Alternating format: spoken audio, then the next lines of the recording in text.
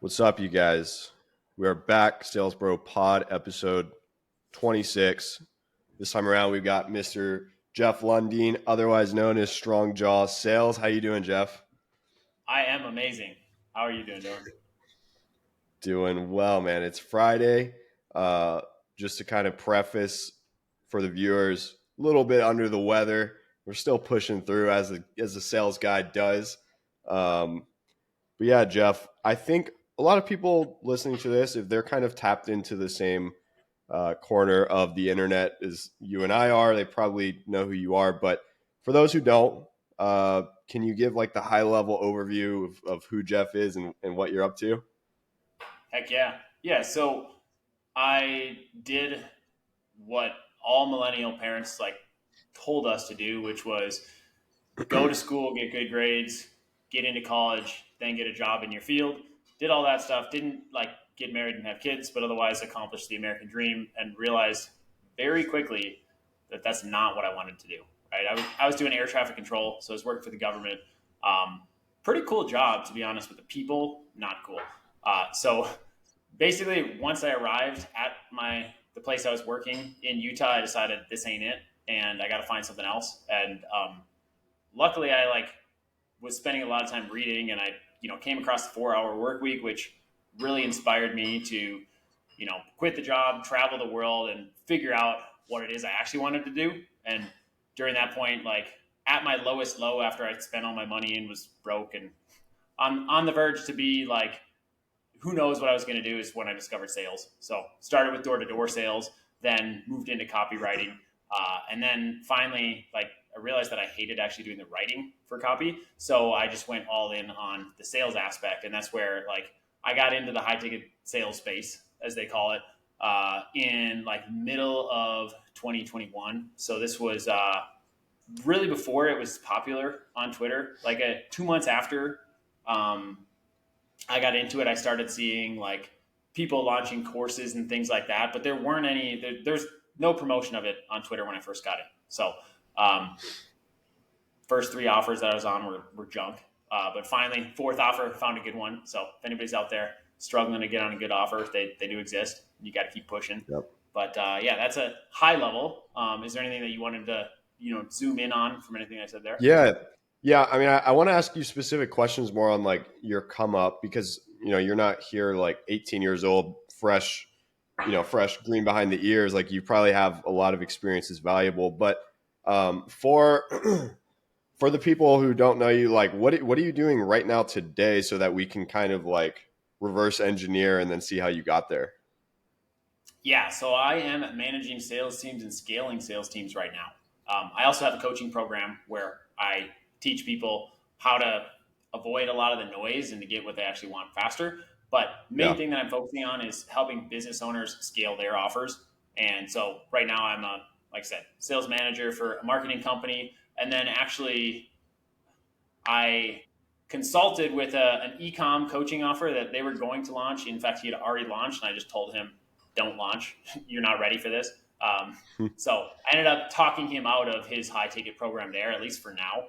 And so, yeah, this what I'm mainly focused on now is just helping business owners who have maybe they're closing their own deals right now, or maybe they have hired some random sales rep, but they don't have any processes in place. They don't have any coaching for them and things like that. So I help them get everything systematized in order and then help serve as the piece of communication between, because I've seen both sides, of the actual offer and of the sales reps. I help the business owner understand this is what this guy Yeah. wants. And, I help them create that, which then leads to more cash collected and everybody getting paid more.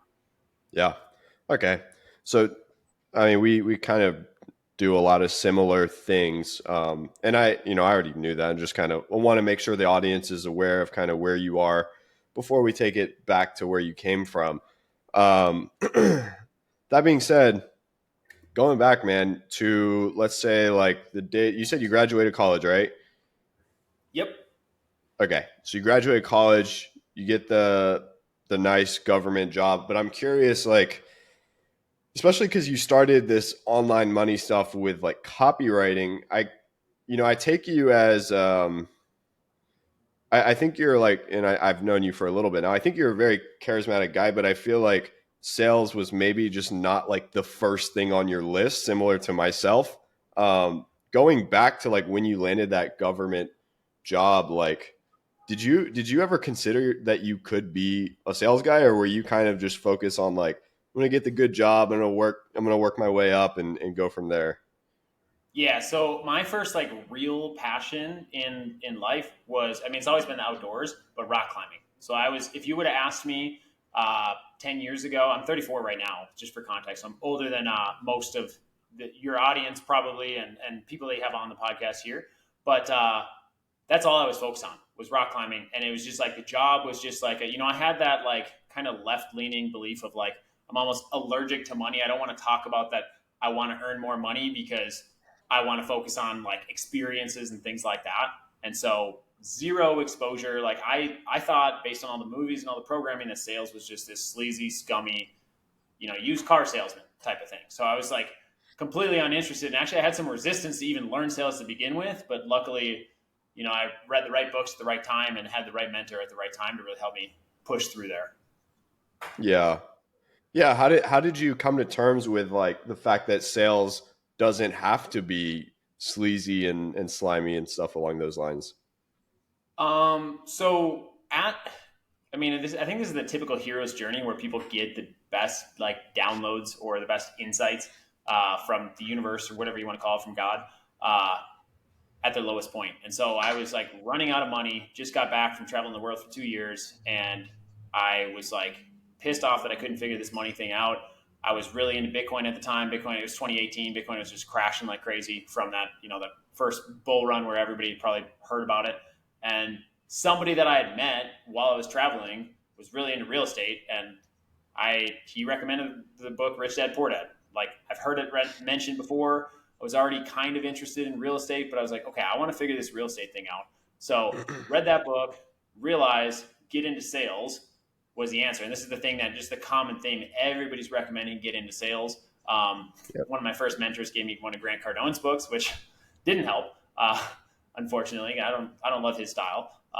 But yeah, read the book and I was like, all right, I just got to try this and figure it out. And then I also like, did a couple searches and everybody's saying like door to door, best way to learn, probably the hardest way, but best way to learn. And that's always been my learning style, is just like throw me in the deep end and like sink or swim. I'll figure it out. Yeah. So that's what I landed the door to door sales gig. And that's what actually gave me the exposure. And then, seeing the rejection and seeing like the daily team meetings, the daily sales meetings there were like everything for me. It was way more valuable than the money, like that plus the mentor that I picked up from that opportunity. Like I still talk to her and she's still like one of the most helpful people for me in my life. So she helps Yeah. shift the beliefs. When I was first shadowing somebody, I was like, man, he was really pushy. And she's like, and she helped me reframe it to being persistent. And then I, developed my own style on how to make sure that everything was in alignment, so that way I didn't feel like I was being pushy and I was just, being helpful.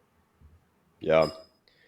Yeah, I think most of the people listening to this, if you've managed to find this podcast in this corner of like the make money online space, all that, you've probably heard of like Rich Dad Poor Dad and some of those other like quintessential books. But if you're here and you've never read any of those, like if you're probably you're probably missing some pieces. So like to before we move on with the other stuff you just said, like go read Rich Dad Poor Dad. Go read like some of these other like 4 Hour Work Week, some of these big books, like just so you can get yourself in the right mental space. But with you, I'm sorry, when you were doing the door to door, was it like real estate related, or what were you selling door to door? Solar. Yeah, it was Solar. 2018. Solar was hot. Um, especially in the Utah market, Yeah. everybody had already heard the pitch, at least 5 times was kind of how I got exposure there. Huh. So, or like from I five different never folks. knew. Yeah. I never realized Utah was such like a solar hotspot, but Yeah, it's apparently it is. super sunny there. Yeah, it's for a while they had really good incentives. Like that's in the end, that's what I learned. What we were offering was completely reliant on the government subsidies or the power agreements. And so once those expired, then their offer no longer financially made sense. Right. You're not from Utah, right? No, originally I'm from Minnesota. And after I graduated college, I they, even though they're desperate for people for the job that I was working, they're the government, so they're like, yeah, just we'll call you when we're ready for you. And it's like 18 months is what they told me to expect. And so I just went. I was a snowboard instructor for 2 winters, and I worked for a whitewater rafting company for the summer. So I was just like enjoying life. And in fact, when they called me to start my career, I was like on the chairlift, like smoking a blunt, and I'm like, do I really want to go do this?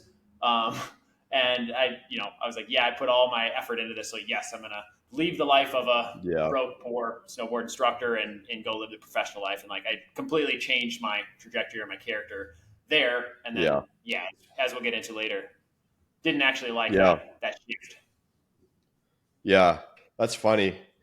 It's funny how like a lot of people who go on to like, push into sales and business, um, you're a lot of people want you to believe like, oh no, dude, I was like hustling since I was 12 years old. And like, I never did any of this degenerate activities. And like, I don't know, they just kind of hold this perfect picture. But like a lot of us, like yourself and myself, like, dude, I was a skater for like 15 years. Like that was my identity. And so it's funny how like guys like you and I can just kind of switch it on and be like, all right, now it's time to go do something real, you know? 100%. But the reason I asked you why, like, if you were, or just confirming that you weren't from Utah is because like I wanted to ask you, dude, what's up with door to door in Utah? Like, why is door to door such a big thing there? Like, especially with like the pest control and all that. Yeah, it's the Mormons. So they got the hardest sell ever, right? They're selling people religion, and they're going and doing it like it's. Yeah. I don't know, like I'm not super into exactly what, so I don't want to like say things that I don't know for sure are true. But how I understand it is like after college, it's your duty as a Mormon to go on a mission, and I believe it's 2 years long, and they go and a lot of times they go to different countries. It kind of depends on who your family is. If your family has money, like because your family pays for the mission or you fundraise it, but you'll go and you'll spend 2 years looking to convert people or teach the story of the Mormon religion specifically. And it's, I believe, still the fastest growing religion, because it's the newest one essentially, or the newest main one. But Mm, yeah, it's just in general, the Mormon values, to be honest, are like really good values. When you look at it, and they actually do value success and business. So yeah. Yeah. I've noticed that Utah, and I guess it does make a lot of sense because like these people are already used to hitting the doors. And if they are motivated by success, it's like, well, let me just do this thing that I already know how to do, help other people out in the process. I've just seen so many, like, I think these pest control companies just pop up out of nowhere in Utah and just grow to like crazy levels. I'm assuming that's probably what happened with solar as well. Um, so I didn't even know you were in solar. Like, when did you step out of that? Like, what, I'm trying to get a grasp on the timeline. yeah, so it would have been late 2018. Like I started in the summer of 2018, and then it was late 2018 is where um, daylight savings plus it being winter in Utah. So it's getting dark at 5 o'clock. People don't get home till after 5 o'clock, and I'm just like, man, this just sucks. Like this isn't fun at all. Like this still already door to door is challenging. And then to add on like the it's like you're dialing for the guys who are dialing right now. It's like you're dialing and like the numbers marked as spam or something, like nobody's picking up. Like that's what it felt like. It Yeah. was like I don't want to be walking around in the dark, trying to get people to open their doors and either welcome me inside or have a quick conversation about solar on the Yeah. doorstep when it's dark out. So to me, it was just like a natural like, okay, let's leave this. And also at the time, again, I was super interested in real estate, so I had found I didn't realize it was a cold calling job, but I found a cold calling job for somebody who was like a mentor in real estate. So that's where it just like everything seemed to line up. I mean, his OTE was 20 to 40K per month, is what he told me, which will show you what the truth of OTEs in, a lot of the sales space. I ended up making $2,000 for the 2 months that I worked for them. Damn. So Yeah. slightly different. Yeah. I don't know what's with people falsely advertising OTEs, but They anyways, want to man. attract the talent, is what I think. They want to sell the dream, and then also a lot of the times he wasn't even making that much, right? So he was envisioning the future to be easy, and in hindsight, like as I learned more about his business, it was like he read a book about how to flip apartment buildings, and then was like just barely starting to execute the strategy. So it was had 7 years of real estate experience, single family homes, but he didn't have any in the apartment space, and like I'm just laughing as I'm remembering the script right now because the direct mail piece we sent them, and then the script was just all about us. Like, hey, we are local investors here in Utah, and it talked nothing about the prospect, which was hilarious. Now, Was that the opening line? Like, hey, we're local investors. yeah, hmm we wanted to see if you want to sell your apartment to us. It was really bad. Straightforward. Yeah. Well, dude, what are some of the biggest things, like looking at what you're doing now? What are some of the biggest things that you took away from door to door that you probably wouldn't have gotten otherwise? Yeah, I mean, persistence more than anything, like just discipline. And then also just like the super subtle things about how just before I started sales, I started studying NLP, just the super subtle things on like how communication works. So like I don't know how much of my body you can see right now, but when I come to the door, if I'm like this, I'm going to be perceived more likely as a threat, and especially me, just like I've always been told that I'm like perceived as intense. Whereas if I stand like this, and they Yeah. have a clear exit path and I'm leaning against the wall. That in and of itself, massive difference in perception. So I've been Right. thinking about that in the Zoom background, for example, the just everything, right? Like if I don't ever show up to a call with my hair like messy. Like I'll put a hat on, and that'll be fine. But it's just like Yeah. the small details like that, I think really more than anything stuck out. But then also just the like a lot of people are going to say no, and that's fine. Yeah. You know, Yeah. What was scarier? And I know door to door was what you did before, but like, what was like more intimidating for you, door to door or cold calling? door to door for sure. For one, I had less experience. For two, it was just like, I mean, the thing about door to door, I think why it's such a good building skill is because you just constantly have the ability to just go fuck off, right? Like you got your car right there, and you get three no's in a row, and then this guy like screams at you, and he's like, "It says no soliciting right here, right on my door," and then you're just like, "Yeah, I could just get in my car and like go home," right? So that challenge, I think, more than anything, uh, and there's more of a transfer of feelings. Like it's more real just in general when you're in person versus when you're just like calling a number, looking, at the time I was using to cold calls, using my personal cell and a spreadsheet was the CRM. So Yeah, I've been there. They say, I mean, being in door to door, you've probably heard it, but like the hardest door to open is your car door to start knocking. yeah, So, absolutely. That uh, thankfully we had a meeting. So we had a meeting every day, and I would go to the meeting, and then the meeting was like early, and then so it was like 2 o'clock or 1 o'clock, and I was like, the closer to five, the more people are going to answer, right? And my goal every day was to get a minimum of three set appointments. So I was a set, and with that, I would always like stall between the meeting and going out there. They had like this thing called brain tap, which is like a guided hypnosis of some kind. I've always been super into the inner work, which I'm sure we'll talk about in a sec. But yeah, I would like stall to do that and then go eat some food, and like the time between actually the meeting and starting knocking, there was always a delay, and there was always this exactly what you're saying. That's a really interesting. I've never heard that before. That the door, your yeah, own door, is the hard one to open. That's huge.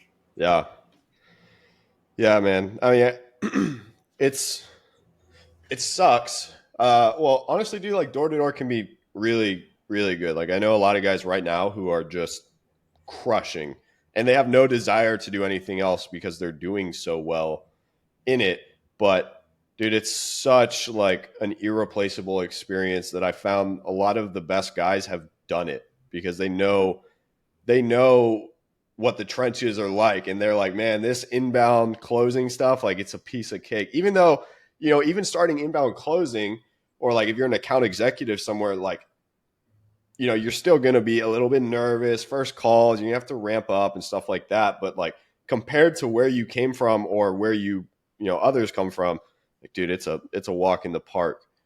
So, uh, 100%. cold, Yeah. you had the door-to-door experience, you had the cold calling experience, personal number off the spreadsheet. Like I said, I've been there. It's not fun.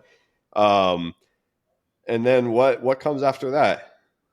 Yeah. So the real estate thing was just, it was clear he didn't know what he was talking about. So I was like, all right, I got to drop this. And at the time, I was like as poor as I've ever been, like less than 4 grand in my bank account.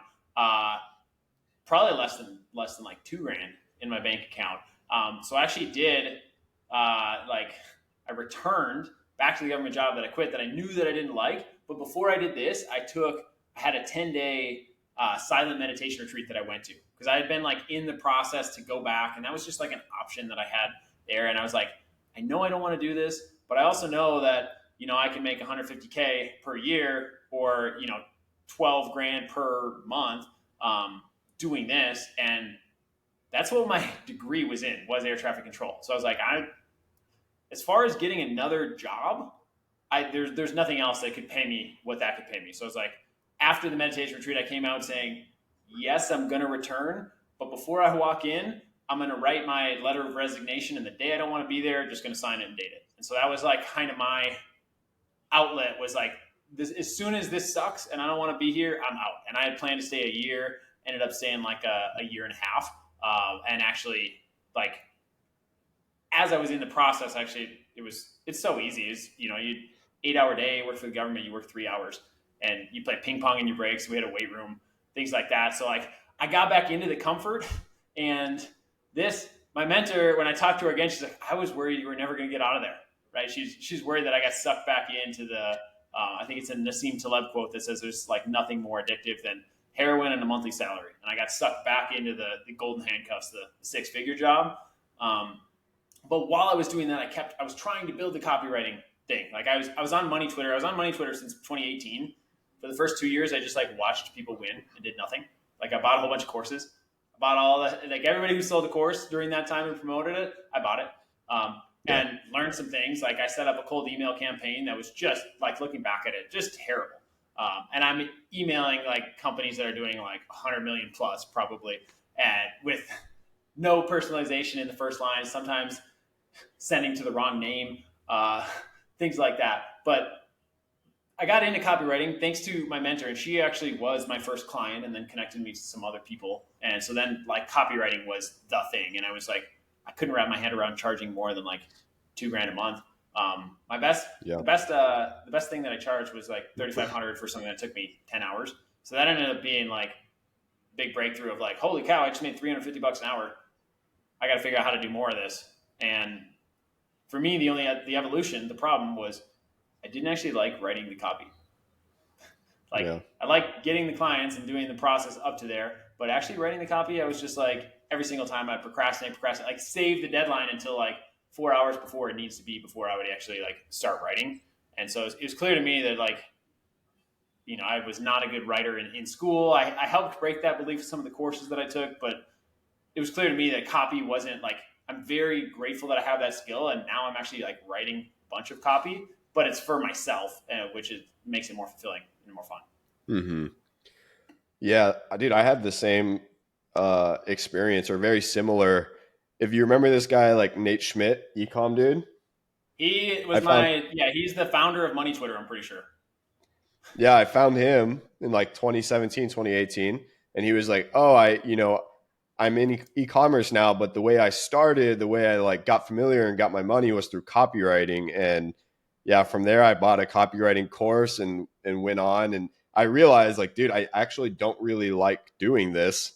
And I just kind of saw it as like an opportunity to escape the the rather generalized career path of what I would have been on otherwise. Um, so yeah, I started with copywriting as well, and I had the same experience. But it sounds like you probably had more success with it. So you had some clients, you bought a few coaching programs. Um, I guess like how long did you do copywriting stuff for? It was about 2 years. It was never consistent enough. I mean, at the time that I was doing copywriting, I was also getting a paycheck, so it was always like on the side, and it was all like some. It started off like my first client. It was like hourly, right? So it was like 20 or 30 bucks an hour. And then after I kind of proved that I was good enough, then she gave me a project, and then that was project based. And like, while I love learning and teaching, it's part of the reason I opened my coaching program, which we can talk about later. But I just love the learning process of going from like zero to like better than 85% of the people. And so that's when I'm in that phase, I'm just loving it and learning and just like, yeah, love it a lot. And then like, I probably never got better than, I don't know, 60, 70% of people. I kind of just was like, okay, I get the gist of this here. I'm ready to move on to something else. And it didn't feel like I had success. Like it felt like I had success in the fact of like when I sent a $3,500 invoice and I got it paid in full, I was like, this is Yeah. cool. Like this is going to take me, 2 weeks to make this at my current job after taxes type of thing. Yeah. What when it comes to the copywriting stuff, looking back at it, what was your sales process like then? Like how good was it? It was almost non-existent. I mean, I like my sales. I was able to get on calls. I was able to do the prospecting, but then yeah, it was like I don't even know if I did any discovery. Like I'm trying to think if I actually asked them what they wanted or if I just let them ask me questions the whole time and then I like they told me what they wanted as part of that and then I pitched at the end type of thing. Yeah. Like it was bad. It's amazing how much we learn. Yeah. Same, dude, same experience for me. I was like going back to the cold calling stuff with the copywriting, like I was cold calling dentists and realtors and the big five or whatever that all these people like chiropractors, stuff like that. It was so rough, dude. And then whenever I did get people on like technically inbound sales calls, like man, I wish I had the recordings because I know they were laughable. Yeah, I don't have any of those initial ones, unfortunately. So if you guys are in the come up, save all your recordings. You're gonna love looking back to those. Yeah, or you might hate it, but you'll love that you hate it. Yeah. um, okay, dude. So you have the copywriting stint, you get some clients, you get some traction, you start to realize like, hey, all right, this income outside of my main job, like kind of doing my own thing, it's possible. But you realize, I don't really like copywriting all that much. Like, how did you get into sales from there? Oh, by accident and luck. So I I had kind of, like I said, I put off the sales thing to go back to this job. Then I was doing copywriting, not realizing how much sales was needed to get clients. I was pretty good at getting clients for maybe it's my jaw. I don't know. But I was pretty good at getting clients for not knowing what I was doing. And so I was like, okay, I like this better. And just somebody that I had met in Thailand. This is actually the first time I was a prospect on a high ticket offer. He offered me a like NLP coaching for 6 grand, and I had the money technically, but it would have been a bad decision to buy then, so I didn't. And I kept seeing his posts, and his posts clearly were like really well thought out, good copy. Like they made me feel something, which most people's posts did not at that time. And then one day he posted like, "I am looking for an intern. You'll get to see inside a 6 figure online business." And I was just like, "Pick me. I don't care if you pay me at all. Like I want to learn." And what Yeah. he was looking for specifically was somebody to set and close. And so I don't know if I set any appointments to him. I might have just been immediately set closing, and I didn't close any. But it's funny. I was getting proud and bragging about I'm getting really good at this 15-minute intro call. I'm so good at that. So that's how I got in, and I got a lot of like one-on-one coaching from him. Like my tonality was absolute garbage, empathy not there at all, and this was like a biz op for therapists who were trading their time for money, and it was to show them how to build their offer online, how to attract clients, and so on. And so, Yeah. uh, yeah, I was there for like 2 months. Like I said, didn't sell anything. Didn't even know really what was wrong. But now looking back at it, I can point out so many things that were wrong with that process and like the discovery questions where I was just reading off the script, right? I hadn't even thought about the potentiality of getting to a spot where I wasn't just reading off the script at that point. Yeah, dude, early in a sales career, I think everyone thinks that like the script is everything. And it's like the more you get into sales, the more you realize like, dude, honestly, if I can do without the script, I'm going to. you know? Yep. It's funny how that works. I think it's just cuz like people starting out are like so antsy and they're like, I'm going to mess it up. I want to make sure I don't." So they like grasp that script so hard and hold on to it. Um, Yeah. but yeah, that sounds like it was probably really good experience, learning experience. Um, what, as far as like, I guess let's call it like a mentor, like being able to see the inside of what this person was up to.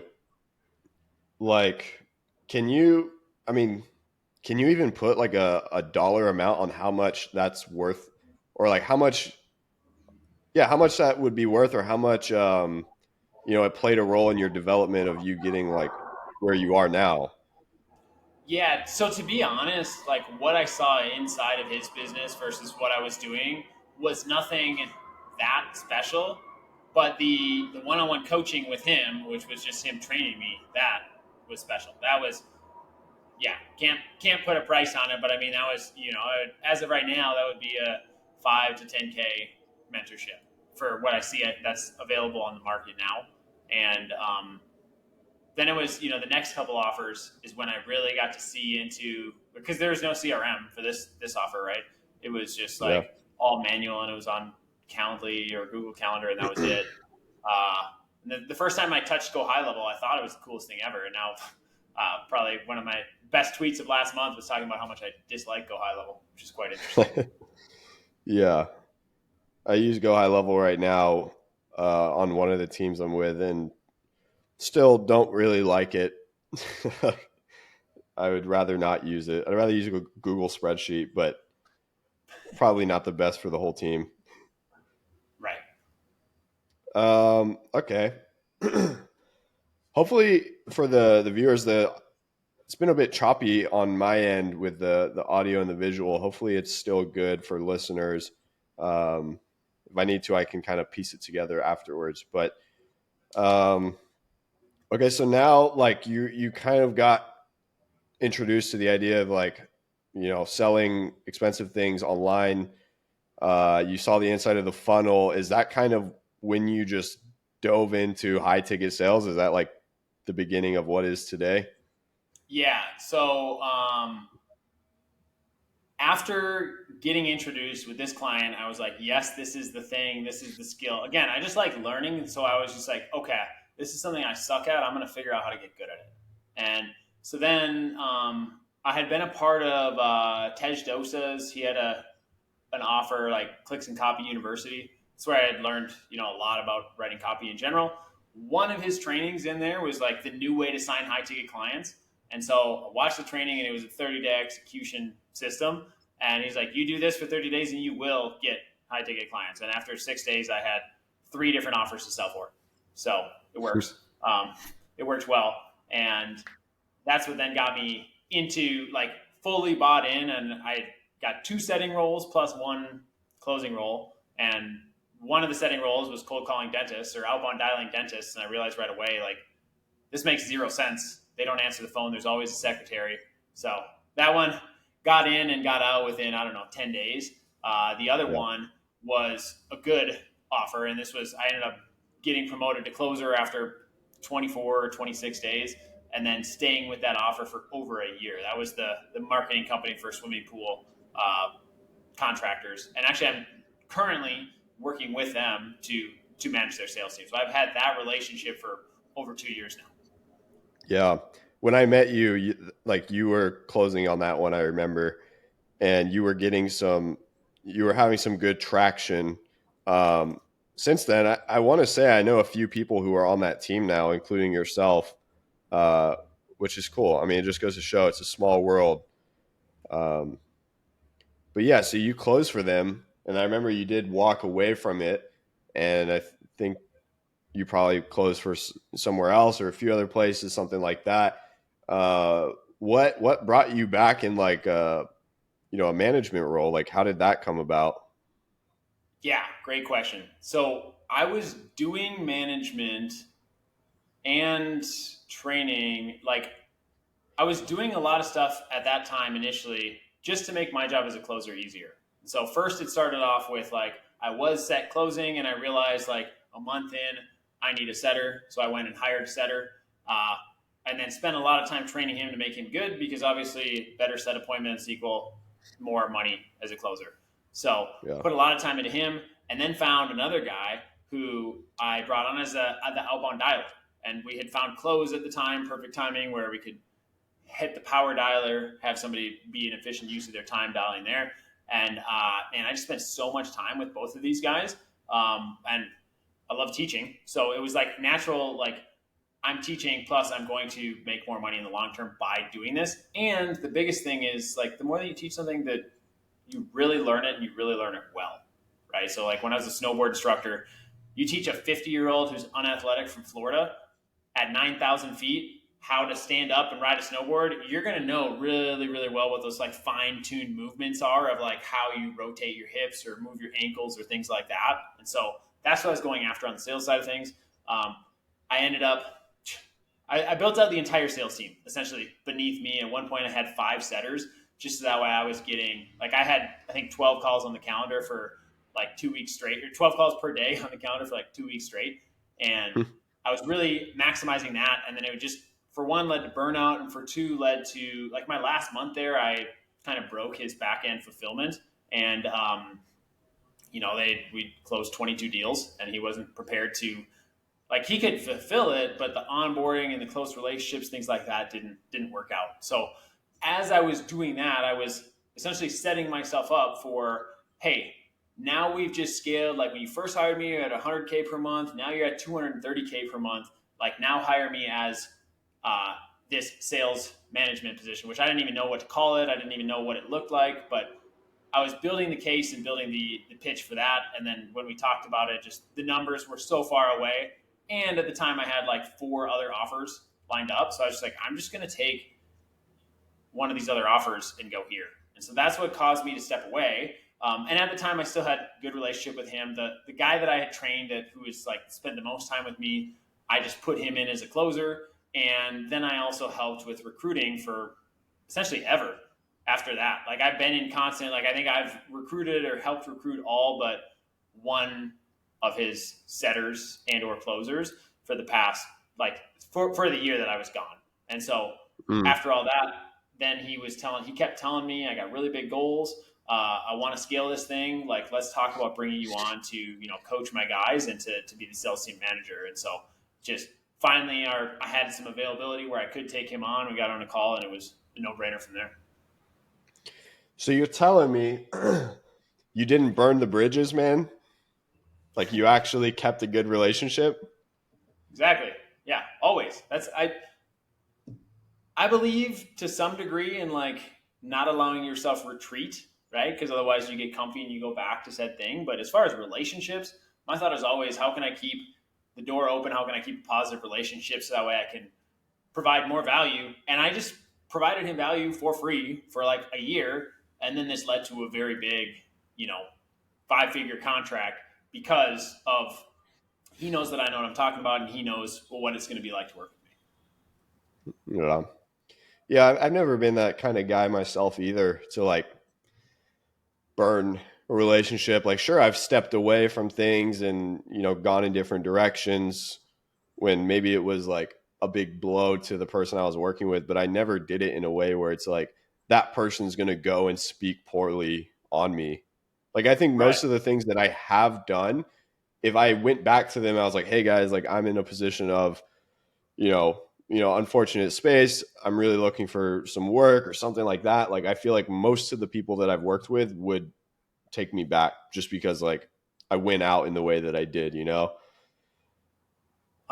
That's super important, and I it should be the norm, at least in my mind. I think a lot of people maybe just think too short term, and so that's probably like the biggest thing that I've always been very good at, like really zooming out the time horizon and focus on like what would Jeff want 10 years, like what would a Jeff right now I'm 34 who's 44, what would he want me to be learning and focusing on right now? What skills do I want to have between now and then, and what relationships do I want to have? And then if you think about all that, then it's like burning a bridge almost never makes sense.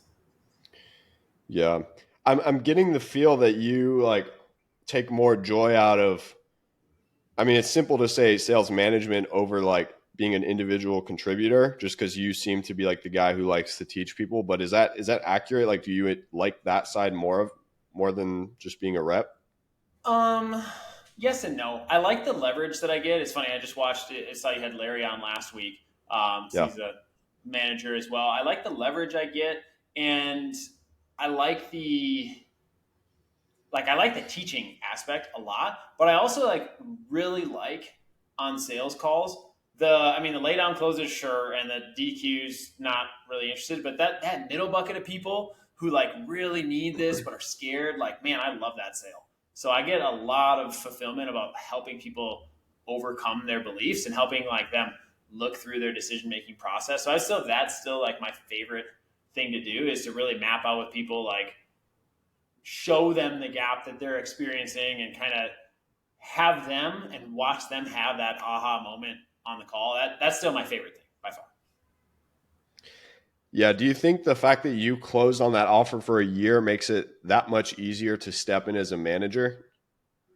Oh, easily. I mean, I just So have you're like leading awareness from of the what it front. was like. Yeah, I have awareness of what it was like to be there.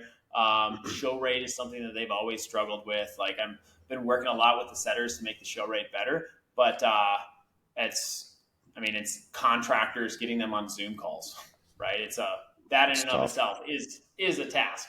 Yeah. So Yeah.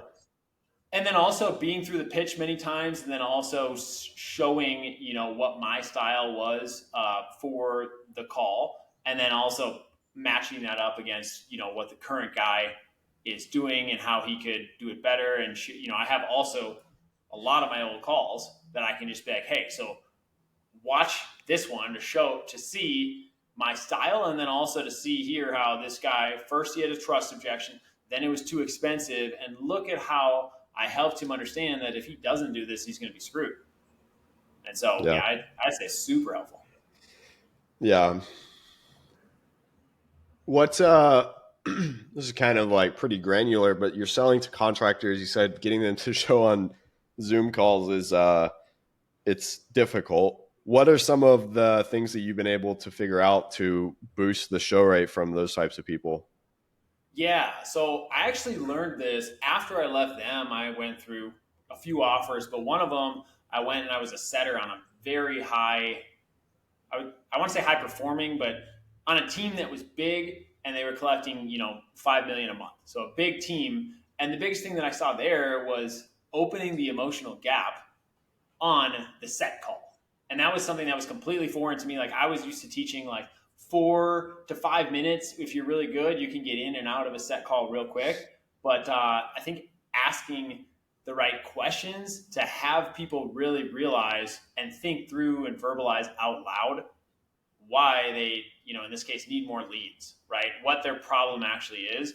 Whereas before it was just strictly qualification, and now it was just like actually doing selling on the set call.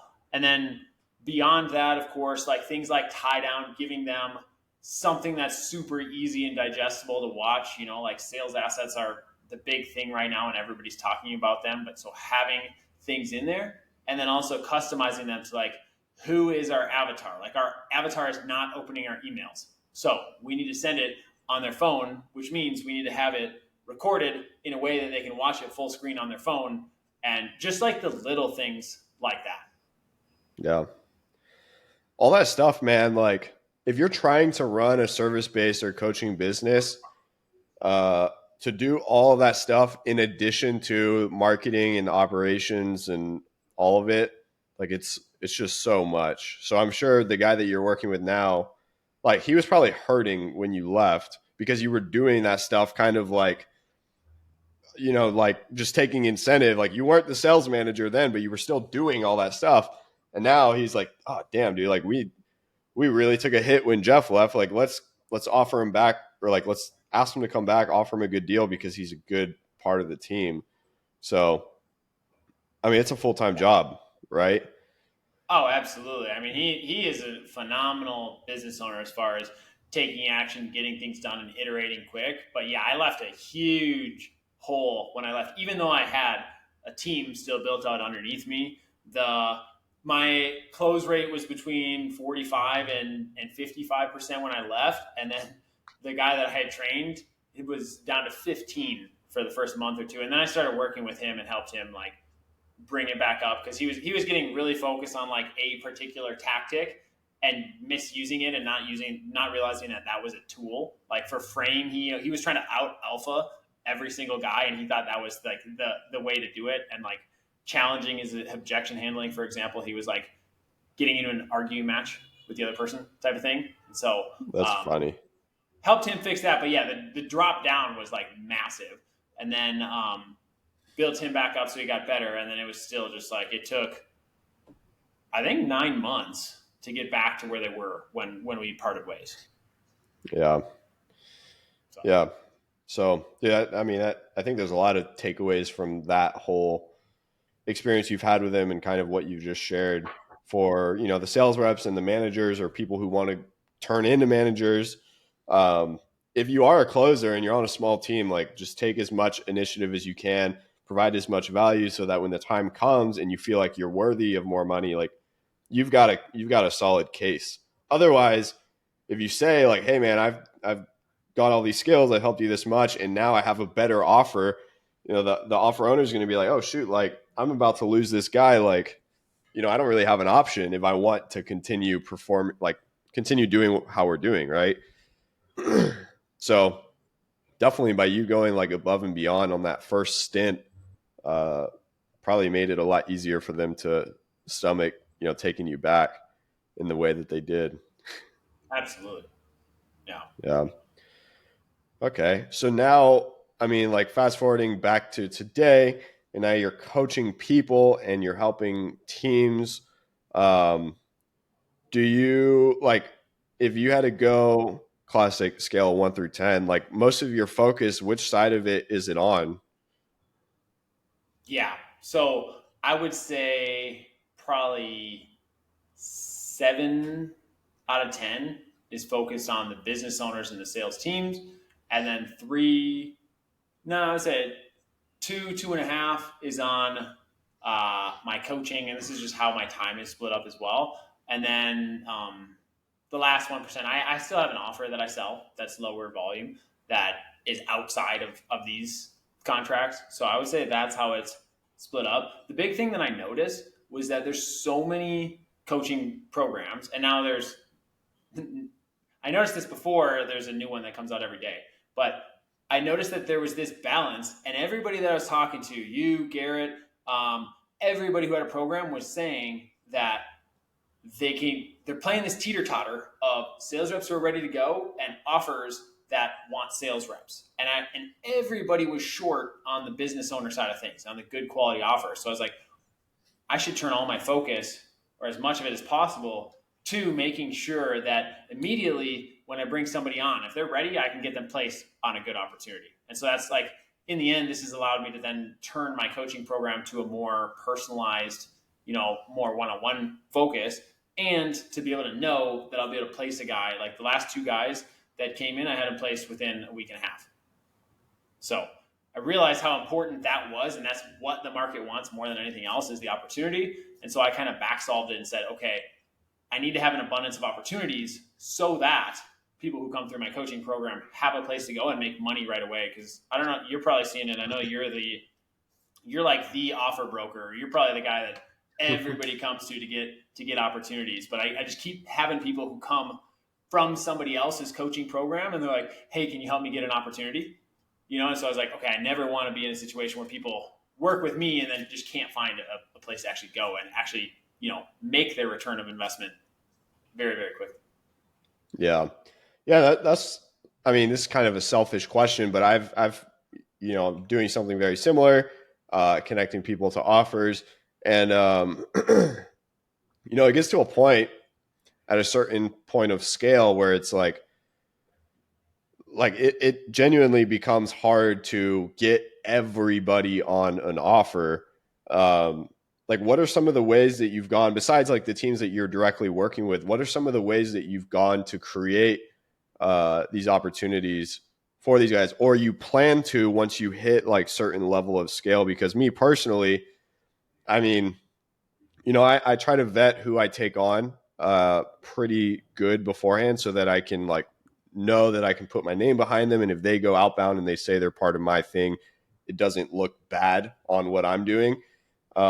But as you scale more, man, like how do you plan on getting more offers for the people that work with you? Yeah. So to be honest, that's part of the reason why I'm not like really trying to scale now. And I'm really also focused on like the ideal world is I am managing a sales team who needs 5 sales reps. And every single one of the sales reps comes from people that I've worked with directly, right? So they all feed into each other. Because I've noticed, man, Yeah. there's so many people who want an opportunity, but then, I ask who they've been trained by and I ask, you know, for them to send a Loom video and just like the bar is very low and it's who I'd be willing to put my Yeah. name behind is very high. And that's something also I learned from Garrett. He's a super smart guy. I think he learned it from Hermosi, but you only get one name. So I used to do Yeah. placement and then I realized one bad placement can just completely ruin my reputation for the future. And instead, I'd rather have that lined up perfectly, so that way that is never a question. Like anytime somebody gets a rep from me, they're just like, "He was the best rep ever," and now this then feeds the word of mouth, which then brings me more offers. And so, like, really, what it comes down to, it's almost like the advice of like, how do you get more done? Do less. It's the same thing. How do I make sure I have more opportunities? It's raise the bar of when I greenlight somebody for placement. So that way, whenever somebody gets placement, they say, this is the best rep I've ever gotten.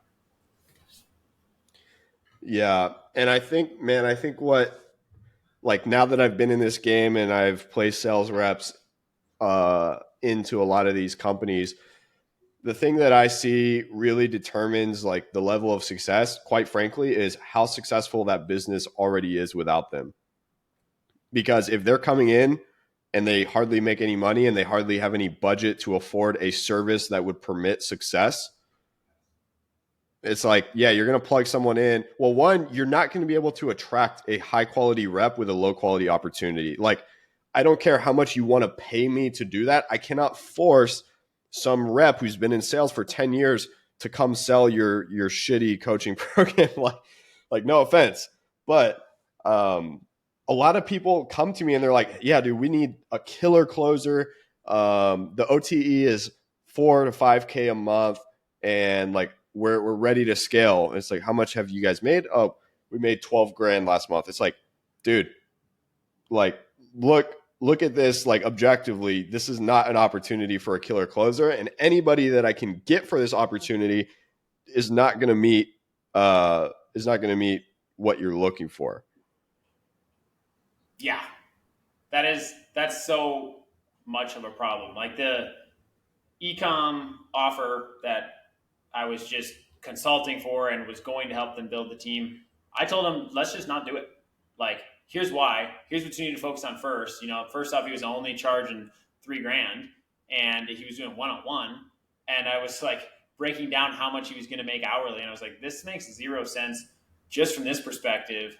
Plus, the show rate is really bad. Like, it was like 32% or 33%, and the people coming in, like the front end funnel that was getting them in, was just attracting the wrong people. And so I was like, you don't, like, if you're thinking Yeah. long term, let's wait and let's do some kind of mid ticket group coaching offer first. And so I helped him gain some clarity there. But yeah, I mean, It's the people who say they want a killer closer, the OTE is this, and then they want the guy to be like outbound sending messages on LinkedIn from his own account. It's just like that's never going to happen.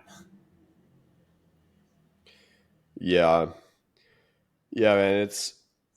I mean, I think getting access to good closers for me is the easy part. Like I have an abundance of good closers. It's the good opportunities uh, that are just harder to come by. Uh, so I think as far as like keeping your name clean and a good reputation, if you just work with people who can afford a quality service, like afford to have you provide a quality of service, meaning financially, um, I don't know. It just seems like a whole lot more simple than trying to like work out a specific deal for this person. And, there's a lot of factors outside of your control. And a sales rep quits in 3 or 4 weeks and they look at you like, dude, what's wrong with you? What's wrong with your sales rep? It's like, dude, they haven't like closed anything. They're having a 30% show rate. Um, like there's no systems, there's nothing. Like you should probably figure this out before you look for a killer closer. 100%. So Yeah. yeah, just stop working with broke people seems to be the easy fix. Yep. I just um, recently what I do just you? recently upped my criteria of who it is that I will accept on, right? So it used to be like 50 to 60K was the minimum that they need to be collecting cash per month, and now it's 100. Like it's just like it Yeah, at 100K it tells me that for sure the offer is validated. They should probably have some systems in place, but there's not at like 3 or 400 where like this is where they're trying to get to, and I know specifically how to get people in that range. Whereas but scaling somebody past 500,000 per month, I don't know how to do that, and so and then the lower end of people they just can't afford to pay me what I'm worth, and then also their systems suck, and then also like even 50K cash collected per month, like if there's just one sales rep, that's still not there's not a lot of meat on the bone there for commissions. yep, yeah. And I'm a little bit more open to some of those lower earning ones as long as the expectation is set correctly, just because I do have like an abundance of sales reps that I'm always looking to provide with like entry level opportunities. And I think those Yeah, are really good for them to get some experience and, ultimately like learn the skills outside of the immediate skill of selling, where it's like they see how the offer is built and that's something they can take and run and like make a lot more money with. So as far as like providing a service, like if they're making 20 grand a month, like, sure, I'm happy to help where I can, but it's like, I can only really do so much if they're not making that much. So, yeah, 100%. interesting. It's, Looks like we got a little lag there. I was gonna say at this point, I just consult them, right? If they're smaller like that, and I tell them why, for example, like I built out the strategy for this guy, and then told him I don't think that you should do this. You can do it if you want. You're you're not going to want to hire me to do this because this is what my price is going to be, but I don't think you should do this. And then same thing, like if a business owner, if they're less than 30K, they just need to get better at sales, right? They should do it themselves. right. A lot of people feel like hiring, like outsourcing the closing is going to solve all their problems. When yeah, they'll give them some time back, but that's not what they actually need. Yeah. Yeah, dude. So many guys come to me and they're like, hey, I want to hire in. It's just like, no, dude, I don't care if you're a salesperson or not. You need to figure this out yourself first, or else you're not going to get the result that you're looking for. It's Yeah. just straight up. Yep. So, 100%. where now, being that you're doing what you're doing, you're managing, or more so focused on the managing, but still working with individual reps. Like, where are you looking to take this? What's your vision? Yeah. So I am looking to just have three max, but 1 to 3 sales teams that I can scale to the absolute moon, right? So it's something I'm really big on like the mindset side of things. So I have an identity doc that I go through every day, and that's like my identity is I'm somebody who scales Grand Slam offers. So What I'm specifically looking for and hunting for right now is somebody who is still on the come up, who has just an an offer that is going to be very scalable. And then also I am diverting all the attention. Like, I got stuck into this belief that I had to go from one-on-one coaching to group coaching, um, because I could then help more people. And then I realized I just get so much more fulfillment out of helping less people and doing one-on-one. And the Yeah. people who can afford that are also just going to be way more fun clients. So I think for me, it's just like Yeah. just saying no so much more, just pushing away and being like, yeah, I could make 15K per month with this managing this team, but if I say no to that, that's going to allow me the bandwidth to take on the opportunity where I can make 40, for example. Yeah. 100%. I mean, I think that's ultimately, man, like you and I both, by just being in the space long enough, and not just you and I, but like everybody, even those outside like the sales space, if you just stay in it long enough, you meet enough people, like by default, if you don't give up, you're gonna get there, right? You're gonna get to a point where you look back and you're gonna be like, holy shit, this is where I was hoping to be a year and a half ago, 2 years ago, and then you're there, and it's like, wow, now now you're there, and then once you have like anything beneath that, you're like, dude, I'm not gonna survive. Like, I'm broke. I need to go. I need to double it. Like, it's just funny how the goalposts move there, but Oh, they always move. I don't know. Yep. Typical sales stuff. Progression. Typical That's the sales key stuff. theme, though. Yeah, yeah. So do you like, sales? It seems like it's just kind of something that you stumbled into, like myself, and you kind of carved out uh, a path within the sales space. But like, you scale these teams up, you get good results. Like, do you feel like you're genuinely passionate about sales to where it's something you want to do like for the rest of your life? Or do you see yourself going and doing other things once you accomplish what you're doing here? That's a great question. I am very passionate about education. So what I'm building in the long term is an education company, and as I think it's like a meme or something like that, where people always talk like crap about people who say like I want to change the education system, but I genuinely want to, maybe not the whole system, but just to provide an alternative that's outside of what the current system is. And so like right now, sales is my vehicle, and I believe that both education and then mental health like are the two things that I'm really drawn to, and I just keep getting pulled more and more towards mental health. And I feel like over the last 3 years, a lot of people's mental health suffered. So I think that there's going to be a huge demand for that. And I also believe that being able to coach or teach or do education in a remote setting, I also think there's going to be huge demand for that as well. Yeah. Yeah. I remember one of the first times I met you, I think you mentioned something along those lines with like education. And that's why I asked you earlier, like about the whole teaching piece, because you've taught people a couple of times now. And then I remember you mentioning that. Um, so that's super cool. I think, I don't know, I've never been necessarily inclined to like change education in that sense. I like helping others, but I don't know. I guess when you get real deep on it, there's a lot of components there, right? So, Yeah. Well, what's with the mental health side of things, though?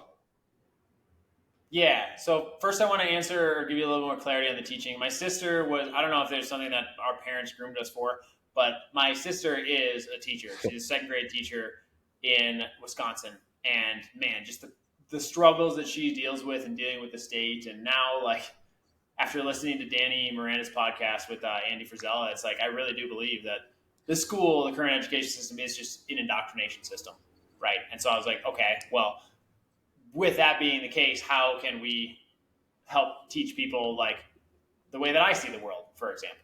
And so that's where that Yeah, drive and focus has come. Plus other things that I saw like several years ago. I was like, man, education. When I traveled the world, when I saw like in Laos, the lack of education there and what was happening as a result. I was just like, man, I just want to build schools around the world.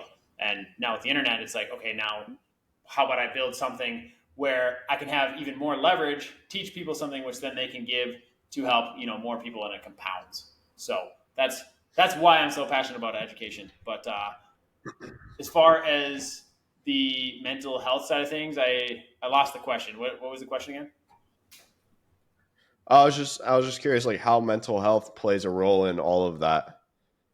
Oh yeah. So I don't know exactly yet, but I'm noticing like the trends, screen time up and up and up. My feelings about myself are that I feel way better when I'm out in nature and away from the screens. So I think Yeah. that, like for example, I have a mastermind now that I run uh, live events each quarter for, and like I think that's going to turn. There's going to turn into be a wellness component, or there already kind of is, but just disconnecting, getting out into nature, dropping everything, and returning to like as a human, you're still in this hunter and gatherer type body, and we're constantly exposed to stimulus. So, like, already a lot of what I teach, like my students, is based on beliefs and it's based on like their internal dialogue and protecting, their energy, their mental health.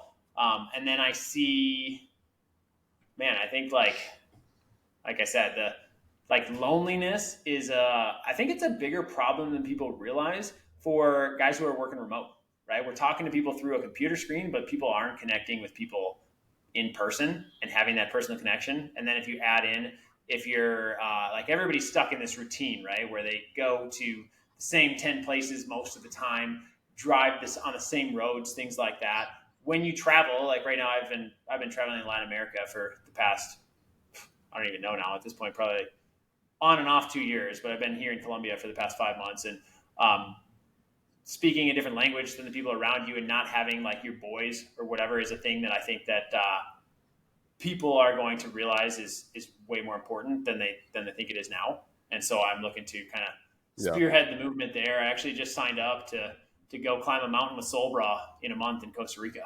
So that's just an example of yeah of meeting people. Like the internet is such a great tool, and I think that the next step is actually meeting the people who are really in alignment with you and are doing stuff, meeting them in person, and just like again using the internet as a tool, take it offline, and then just focus on like at the end of the day, most of us, what we're doing, what we're building for is to have a really cool life offline. It's not to like flex and post cars and Rolexes and things like that online. And so like I just want to help people get there into that realization faster, and then facilitate whatever it is they actually want, because everybody says they want to make 10K per month. That's not what they actually want. Yeah.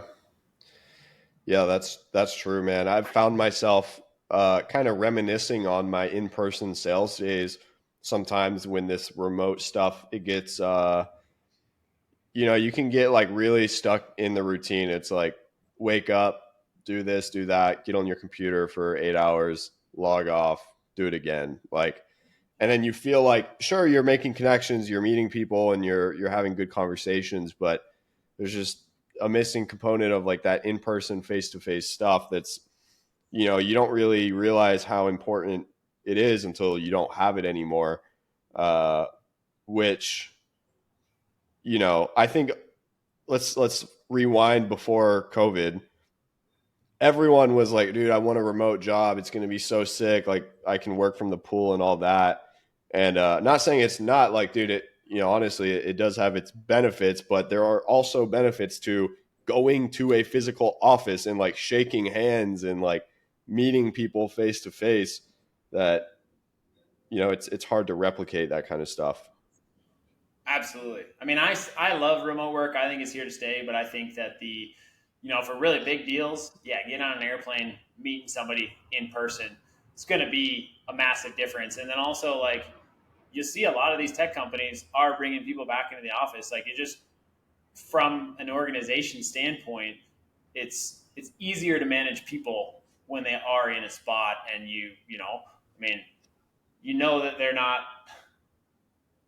like, it's funny, I'll interview somebody who wants to work for me, and they're telling me that they're taking this interview on the clock for their other employer, and then I'm just like, okay, well, that to me that's an instant like DQ, because how do I know you're not going to do that when you're working with us, type of thing. Um, Yeah. but yeah, it's I think remote work is here to stay, but I think there's going to be more hybrid elements, and I think that the tools like Zoom and these things work really well, but I think that you need to do a really good job building in the community aspect, and still it's hard to replicate what you can do in person.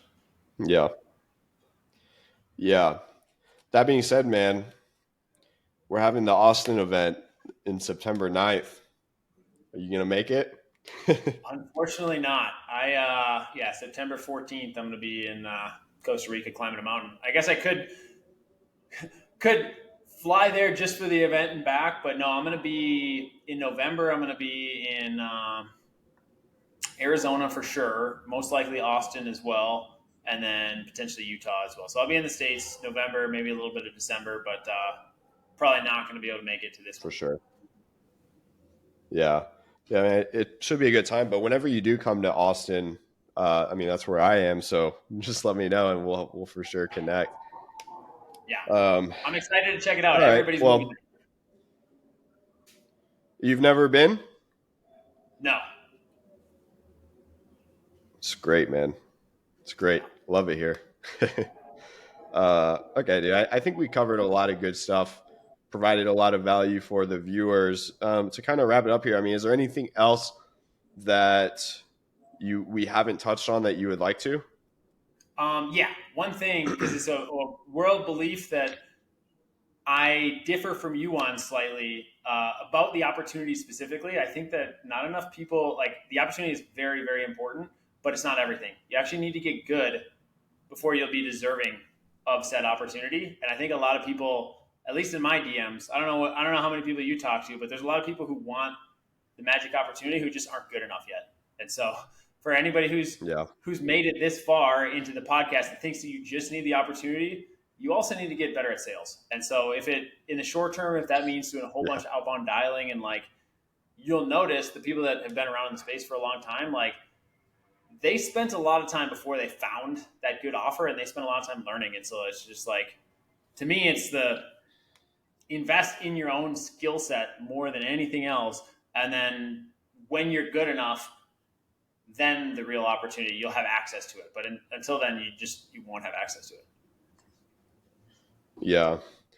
Yeah, I mean, no, that's true. I don't want to downplay the importance of like being good at what you do. I just think in this high ticket sales space, once you get that baseline level of competency, the real game becomes leveraging up into a quality opportunity, which Oh, without the 100%. network, without, paying, I mean, quite frankly, without paying for access to people who have that stuff and networks and communities of where that stuff exists, like you're not just going to find it floating around on the internet by yourself.